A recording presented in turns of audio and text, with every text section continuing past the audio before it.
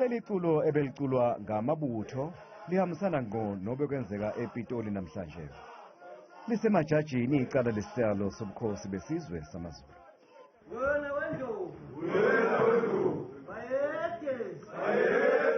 Ngaphakathi enkantolo inyosi ithuke isilo esidala okuchaza ngokusobala ukuthi uhlangothi olufake icala aluhambisana inhlobo nesilo esibusa njengamanje. Sithe isuka nje ummeli kaMntwana U-Mbonisi wacacisa ukuthi isicelo esifakwe ilolu hlangothi asikho mayelana nokuthi ubani okumele athathe isihlalo.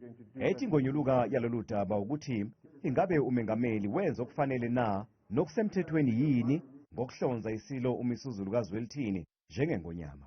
The president acted hastily and in so doing deprived the royal family and the entire family of the Zulu kingdom the right to engage with very complex traditional customary issues that govern how a king is announced. U-Advocate Masuku uthi umengameli wachema kulolu daba wakungafanele agcobe ingonyama uMisuzulu kaZwelithini mhla zingu-29 ngomfumfu eMoses Mabhida Stadium eThekwini nyakenye ngoba udaba lesihlalo beselivele lusenkantolo. Manje sekunesicelo sokuthi umengameli aqale uphenyo ngokuqokwa kwengonyama. In this case, we are saying take the matter back to the royal family.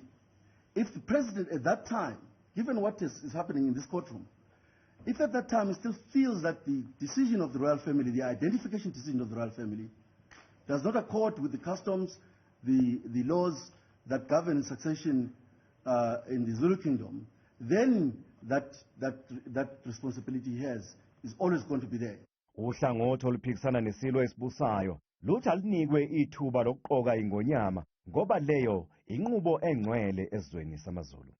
This management of the transition from one king to the other is a sacred duty. It is a sacred duty. It is honored by everyone. Udaba lwebamba bukhosi lithintwe kakhulu ke namhlanje njengoba ummeli kaMntwana U-Mbonisi ecaphune isigatshana se-12 somthetho wamakhosi ecacisa ukuthi indlovukazi uMantfombi yayingesilo ibamba bukhosi ngokwalomthetho nokwenza isilo uMisuzulu kaZwelithini engafanelwa isihlalo ngoba phela ubesevele sekhulile khathi isilo sikhothama. Ukube sasifuna athathe isihlalo sasingeke sibambise indlovukazi. It says where the hereditary successor to the position of king, queen, principal leadership, principal traditional leader, senior traditional leader, headman, headwoman, or senior Khoisan leader identified in terms of section 8, which would be our section that we're dealing with, as the case may be, is regarded as a minor. The royal family concerned must then identify a regent. Now, the second respondent is certainly not a minor, so it could not have been, there could not have been a regent between the death of the late king, His Majesty Kozothatha, and the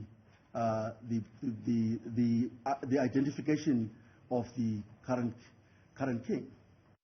Kukholakala ukuthi inkinga zaqala khathi undunakulu wesizwe samaZulu Mntwana uMangosuthu Buthelezi okhotheme eqala ehola lolu daba. Accordingly, a meeting which was open to the public and screened live on TV was held, and a will was read by one advocate, Griffiths Madonsela SC. Advocate Madonsela informed all present that the late Queen had nominated Prince Misuzulu as the next king of the Zulu nation. This gave rise to a number of queries and concerns as to the legal validity of the Queen's purported nomination and its status. The meeting descended into chaos as Prince Buthelezi denied members of the royal family a chance to ask questions. Kanti ithimba labameli bakaMntwana uSimakade othathwa njengengonyama uhlangothi oluphikisana nendlulamithi luthi uzonda amagwala wakhishwa inyumbazana. Isilo uMisuzulu kwaba yiso kuphela esibonakala ngathi ke sifanelwe isihlalo.